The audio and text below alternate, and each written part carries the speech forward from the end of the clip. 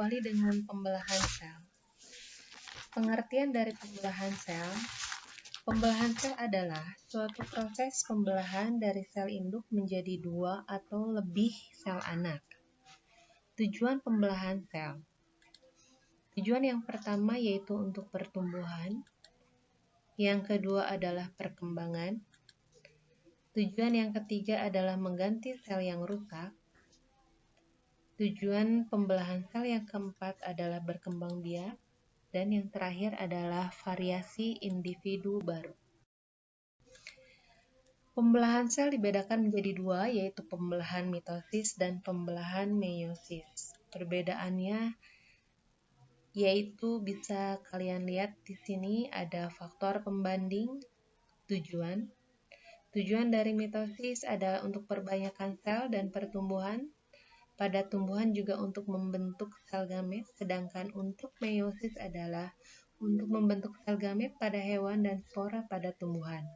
Meiosis berfungsi mengurangi jumlah kromosom agar keturunannya memiliki jumlah kromosom yang sama dengan induk.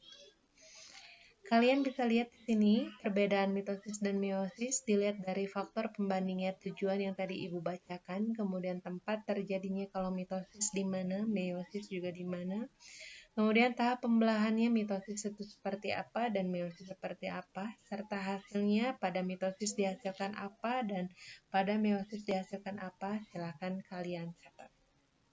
Ibu kasih waktu nanti di akhir ya untuk mencatat perbedaan mitosis dan meiosis. Kita lanjutkan pada berikutnya. Ini gambaran tentang mitosis. Kalian bisa lihat LKS-nya halaman 4 bagi yang sudah punya, jadi kalian bisa melihat arti dari tahapan-tahapan pada mitosis yang ada di slide berikut. Tahapan mitosis yang pertama itu disebut profase. Gambarnya seperti ini keterangannya, kalian bisa baca sendiri nanti di LKS. Kemudian prometafase. Tahapan berikutnya adalah metafase, anafase, dan telofase. Profase, prometafase, metafase, anafase, dan telofase itu pada pembelahan mitosis. Sedangkan pada pembelahan meiosis, tahapan-tahapannya itu adalah profase 1, metafase 1, anafase 1, telofase 1. Dilanjutkan dengan profase 2, metafase 2, anafase 2, dan telofase 2. Ya, bisa dilihat perbedaan antara mitosis dan meiosis seperti ini. Pada profase 1, ini pada proses meiosis ya. Tadi kalian lihat kalau di pembelahan meiosis itu ada dua tahap, yaitu meiosis 1 dan meiosis 2. Pada profase 1, di sini kromosom homolog melalui sinapsis membentuk tetrad. Kemudian metafase 2, tetrad ini bergabung pada plasma. Pada anafase 1, kromosom homolog bergerak ke kutub yang berlawanan. Pada telofase 1, satu set pasangan kromosom menuju setiap kutub. Kemudian, setiap sel menerima pertukaran materi kromosom. Dilanjutkan dari sini ke meiosis 2. Arti meiosis 2 ada pengurangan sel ya. Pada profase 2, yaitu kromosom berkondensasi lagi. Ya, di mana benang spindalnya baru terbentuk. Kemudian metafase 2. Anafase 2 bentuknya seperti ini. Telofase 2 di mana kromosom tiba di tiap kutub dan pembelahan sitoplasma pun dimulai. Dan diakhiri sel membelah sempurna. Jadi tiap sel menerima setengah dari jumlah kromosom induk. Nah, di sini ada tabel yang harus kalian isi, yaitu perbedaan mitosis dan meiosis. Kalian bisa mengisi dengan melihat tabel awal yang Ibu sajikan tadi. Mungkin nanti di akhir Ibu tayangkan kembali ya. Kita lanjutkan. Masuk ke materi berikutnya, yaitu adalah struktur dan fungsi sistem reproduksi pada manusia, di mana sistem reproduksi ini terbagi menjadi dua, yaitu sistem reproduksi pada wanita dan sistem reproduksi pada pria atau laki-laki.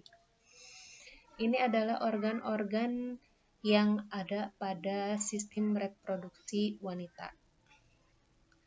Ada yang namanya ovarium, pasang kiri dan kanan. Kemudian ada yang namanya tuba fallopi, ada infundibulum. Kemudian ini adalah uterus atau lebih dikenal dengan istilah rahim. Ini endometrium.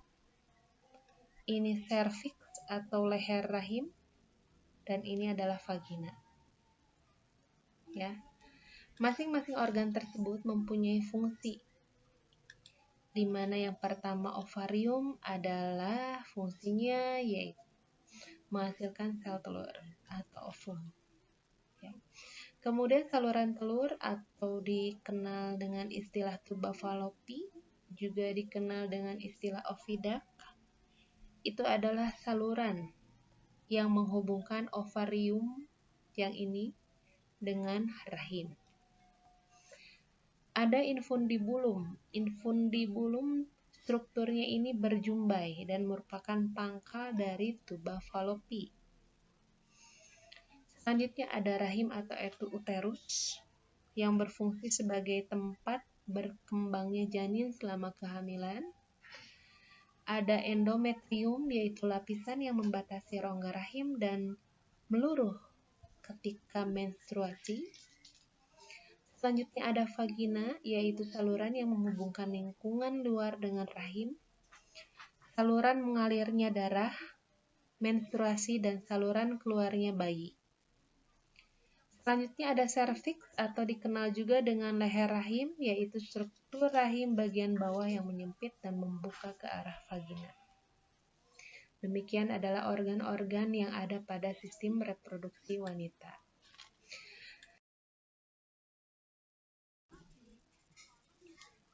Peristiwa pembentukan sel kelamin yang dikenal dengan istilah oogenesis. Jadi pengertian oogenesis adalah proses pembentukan sel kelamin perempuan, yaitu sel telur atau ovum yang terjadi dalam organ yang disebut ovarium. Di mana prosesnya itu mulai dari oogonium. Oogonium ini akan berkembang menjadi oosit primer. Pada proses perubahan oogonium menjadi oosit primer itu terjadi pada waktu anak perempuan masih dalam kandungan. Setelah anak perempuan tersebut dilahirkan, maka proses pembentukan sel telur ini berlanjut dari oosit primer menjadi oosit sekunder. Dari oosit sekunder ini akan membelah atau berkembang menjadi ootit, dan 3 badan polar atau polosit. Ya. Dan hanya satu yang menjadi sel telur. Perkembangan dari ootit menjadi ovum itu hanya satu. Jadi setiap bulannya untuk perempuan itu hanya menghasilkan satu sel telur dari ovarium bergantian, dari ovarium kanan atau ovarium kirinya. Selanjutnya lihat tentang sistem reproduksi pada pria, dimulai dari alat-alat organ sistem reproduksi pada pria. Di sini ada yang namanya penis, ya. Kemudian ada yang namanya testis, ada yang namanya skrotum, epididymis, vas deferens, vesicula seminalis, kelenjar prostat, dan kelenjar Cooper bulbu uretra. Masing-masing keterangan struktur dan fungsinya. Yang pertama, penis ini berfungsi sebagai saluran sperma. Yang kedua, skrotum ini berfungsi menjaga suhu testis agar sesuai untuk produksi sperma. Jadi skrotum ini adalah pembungkus dari penis. Skrotum ini adalah pembungkus dari testis. Kemudian testis bentuknya seperti bulat telur yang tersimpan dalam skrotum. Tadi ya, berfungsi untuk memproduksi sperma dan hormon progesteron. Dilanjutkan dengan epididymis, yaitu saluran yang keluar dari testis, di mana fungsi dari epididymis ini adalah sebagai tempat penyimpanan sperma sementara. Selanjutnya ada fase Ferenc. Fase Ferenc ini fase Ferenc ya. Saluran panjang yang mengarah ke atas dan merupakan lanjutan dari epididymis. Fase Ferenc ini berfungsi untuk menghubungkan epididymis dan uretra. Lanjut ada uretra. Di sini uretra adalah saluran yang terdapat di dalam penis yang berfungsi sebagai saluran keluarnya sperma dan urin. Selanjutnya ada kelenjar vesicula seminalis. Ini berfungsi untuk menghasilkan zat-zat yang diperlukan untuk perkembangan sperma.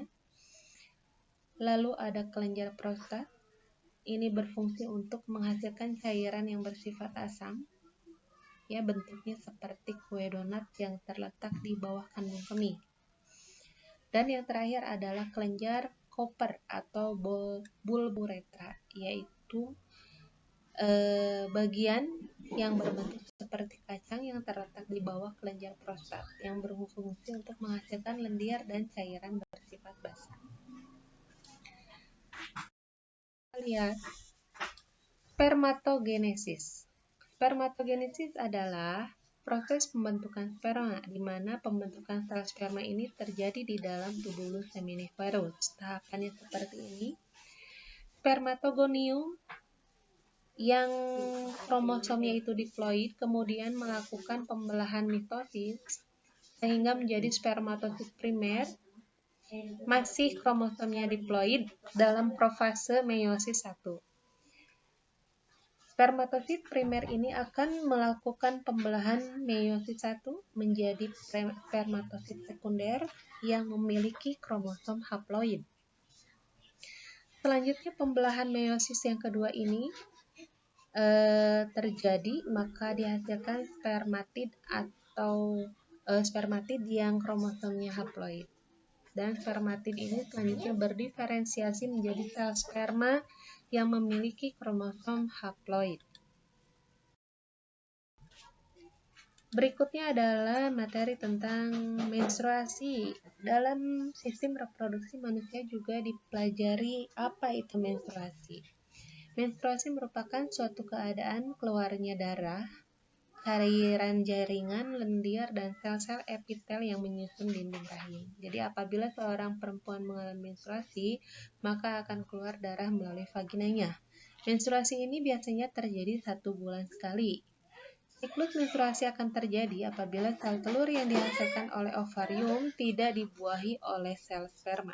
Nah ini ya, ini adalah fase menstruasi, di mana hari ke-0 sampai hari ke-5 itu adalah fase menstruasi, hari ke-6 sampai 14 itu disebut fase proliferasi, hari ke-15 sampai 28 itu disebut fase sekretori.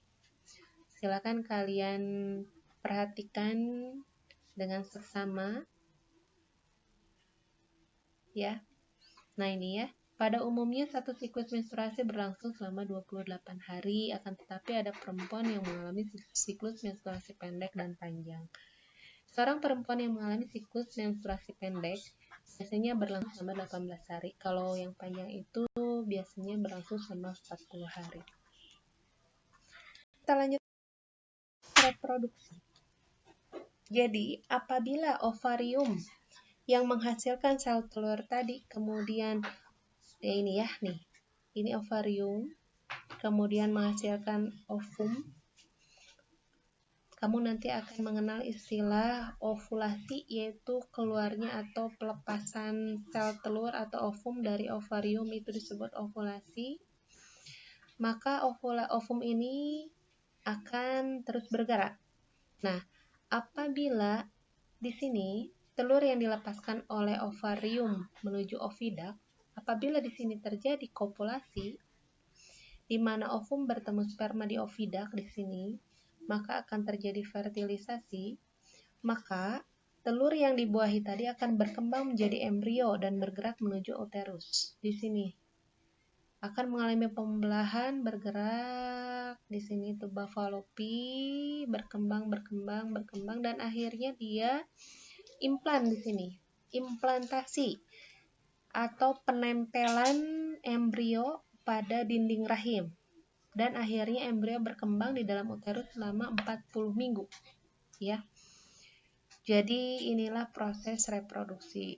Namun apabila ovum yang dilepaskan oleh ovarium tadi tidak bertemu dengan sperma, maka yang akan terjadi adalah proses menstruasi tadi.